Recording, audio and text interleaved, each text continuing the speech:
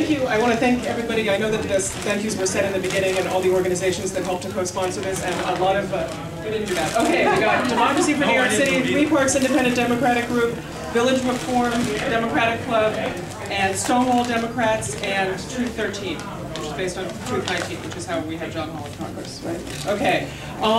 We had about 6 questions here that were questions of issue endorsements that Democracy for New York City members had voted on before, so we were going to start with them and then open it up to the group. But I am proud to say we are down to at least 5, because the first question was about Iraq war funding, and I believe that Steve answered that question in, I'll just repeat it so you all know, but I believe he answered that in his speech. One of the only ways that Congress can stop the war and bring our troops home is through the power of the purse. As a member of Congress, would you agree to use Congress's funding power to stop the war, and specifically would you agree to only support war funding that had clear dates for bringing our troops home safely?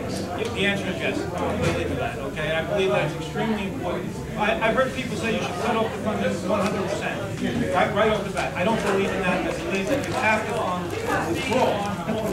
So the money was there. I believe Jerry Nadler is actually talking about that. That's the right way. Okay. Oh, it's okay. So I'm going to switch off to Merle. This is the Tracy and Merle Roadshow. I just want to add one thing. I can't resist this. If Councilman Recchia felt that he should not come to Manhattan to speak to people who are likely to ring doorbells, make phone calls, and help defeat Vito Fossella, he should remember that Vito Fossella is coming to Manhattan for a meeting with Dick Cheney to raise money. So maybe people should be coming to Manhattan. The next question is an important one to a lot of us here. Almost every single issue that Congress addresses has to do with money. Specifically through campaign contributions, it entraps elected officials in an endless fundraising cycle and special interests to have too much power in government. There are proposals on the state and local level for clean money and clean elections, which would be a system of full public funding for elections. Would you support full public funding for federal races, including Senate and Congress, and eventually presidential candidates? Oh, God, yes. Oh, yeah. Okay. Well, let me tell you something. Laura's looking at me right now. I mean, Laura's favorite phrase to me, I get on the phone, she says it, I get off the phone, she says to me, are you making calls? Okay? Because we spend way too much of our time, both as candidates and particularly as congressmen, raising money. Okay? It is an absolute horror what we go through, and I got to tell you, it's not what I'm about, it's not what we should be about. I believe that what you're referring to when you're saying the Clean Elections Act, okay, what we're talking about there is not the same thing. And New York City actually did a very good job getting out there ahead of it, but it's not the same thing, because New York City, you still have to go out and raise money. Totally publicly financed is what it comes down to, and I'm 100% in favor of that. I think it should be mandatory, and I think what you want to hear, you want to know what this campaign, in my belief, what this is about between myself and my opponent on the primary level. On the primary level, it's about ideas versus money. Right? This is what it comes down to. It's the machine versus people being out there. And it shouldn't be about a machine raising money. It should be about ideas. All right? Dominic Recchia should be here if he feels comfortable with his ideas. He should be telling me what they are, and I should be telling you. And I'll tell you right now, I do not restrict myself to the left-wing liberal clubs, progressive clubs. Okay? I do absolutely go to all the clubs that invite me. And in fact, I've gotten their endorsement from the left to the right. And probably that's as much a reason because you show up. Wasn't it Woody Allen that said, you know, like 90% of life, or 98% of life is showing up? Well, that's what it's about. Having respect for people, telling them what your ideas are. And maybe you're going to find out you don't agree on everything. But you're going to find out that we're all Democrats and you can all get behind.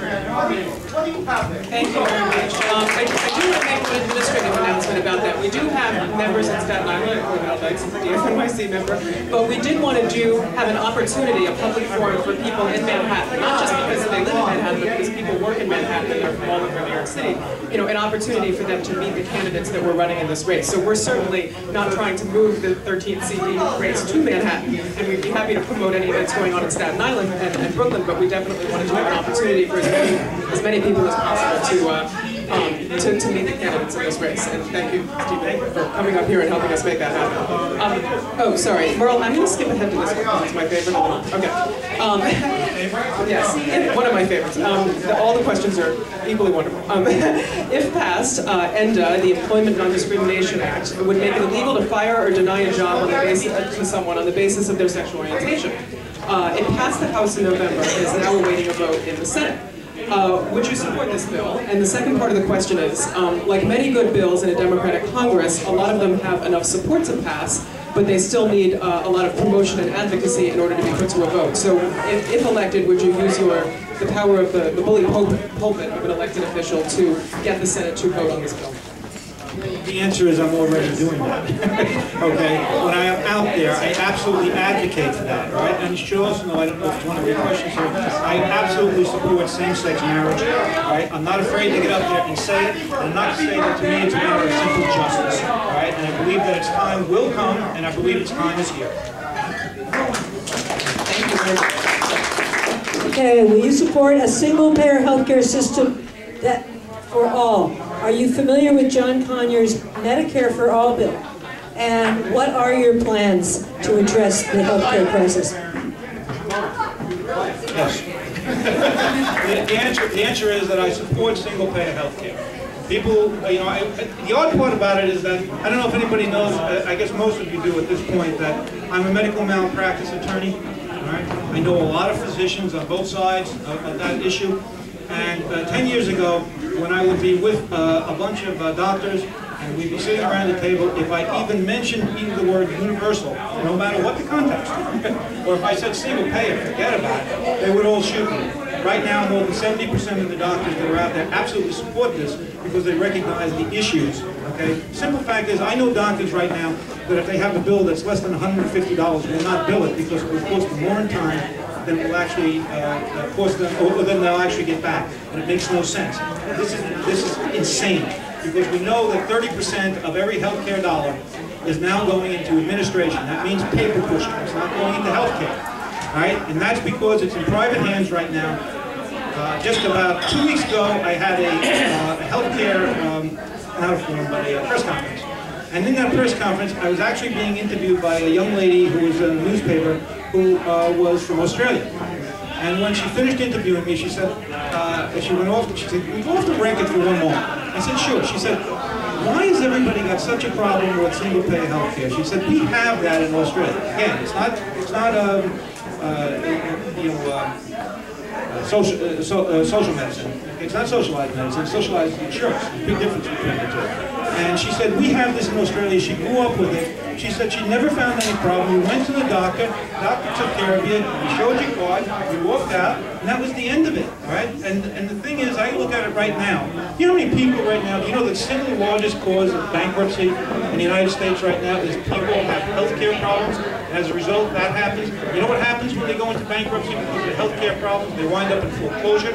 When they wind up in foreclosure, that makes it even worse as far as the economy is concerned. We have to get a hold of this problem because it's only going to get more difficult. And the reason it's going to get more difficult, in addition to having more people, is because the healthcare modality